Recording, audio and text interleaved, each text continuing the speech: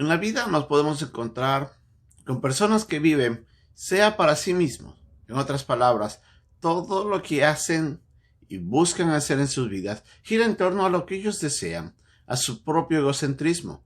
Todo gira para complacerse a sí y para buscar su propio beneficio. Otros, en cambio, vivirán para el mundo o para alguien a quienes ellos aman. Hay personas que se entregan por amor a otros y pierden todo de sí para dar sus vidas por esa persona o por alguna causa. Y otros lo harán para Dios. En la lección de hoy día vamos a ver que Pablo, hablando del amor de Cristo, nos dice de que el motivo por el que él vivía todo y hacía todo era porque entendía el amor y el sacrificio de Cristo, y era ese amor el que constreñía, el que impulsaba a Pablo. Vamos a tratar de entender esto un poco aquí en la lección de hoy día, en un momento con Dios.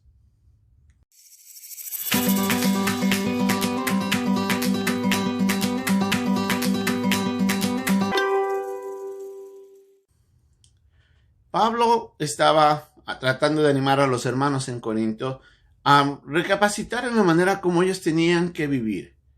Más adelante él va a utilizar un versículo que es uno de los versículos más recordados por muchos de los creyentes, y ese es el versículo en el capítulo 5 del versículo 17 de la segunda carta a los Corintios.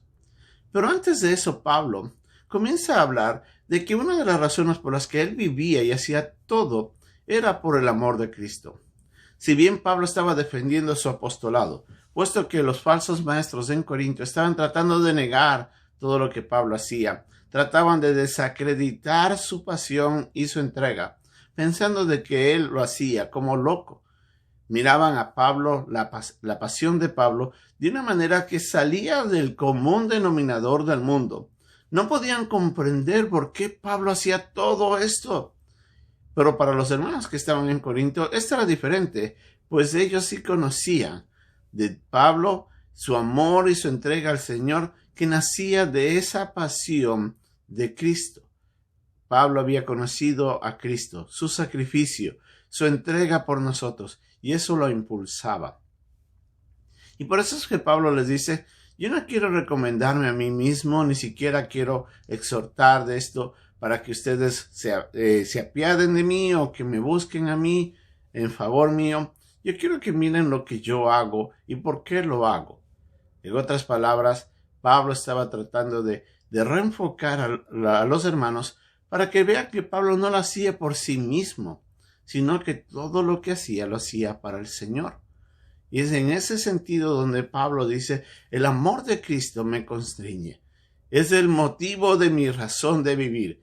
Yo he visto el amor del Señor, quien se entregó en la cruz, quien se sacrificó por mis pecados, quien entregó todo dejando su trono para morir en la condición de hombre, para poderme salvar. Yo veo en Cristo el amor de Dios, y ese amor apasionado es lo que me impulsa a mí a vivir para Él. Yo ya no vivo para mí mismo. Yo ya no vivo para mis deseos, ni vivo para el mundo, ni para nadie más que solamente Cristo. Y en ese sentido, Pablo les exhortaba a los hermanos a que recapaciten cómo tenían que vivir. Nosotros a veces vivimos apasionados por lo que el mundo nos enseña. Hay ciertas cosas que nos arrastran a nosotros. Para algunos será el deporte, para otros será alguna actividad personal, para otros será sí mismos. Pero para el creyente que conoce del Señor, la razón por la que debemos vivir es para Dios, no solamente como un mandamiento. Y bien es cierto que la Biblia nos dice que nosotros tenemos que amar a Dios con todo nuestro corazón, con toda nuestra alma, con todas nuestras fuerzas. Y ese es nuestro mandamiento. Nosotros tenemos que entender que no solamente tenemos que hacerlo por deseo de cumplir ello, sino por agradecimiento. Cuando yo miro a Cristo, miro su pasión por mí. Cuando veo el sacrificio, veo su preocupación y su entrega para salvarme. Eso me impulsa, eso me transforma. Por agradecimiento es que yo me entrego al Señor y decido vivir para Él. Cuando nosotros ponemos prioridades, esas prioridades marcan el enfoque de nuestro esfuerzo.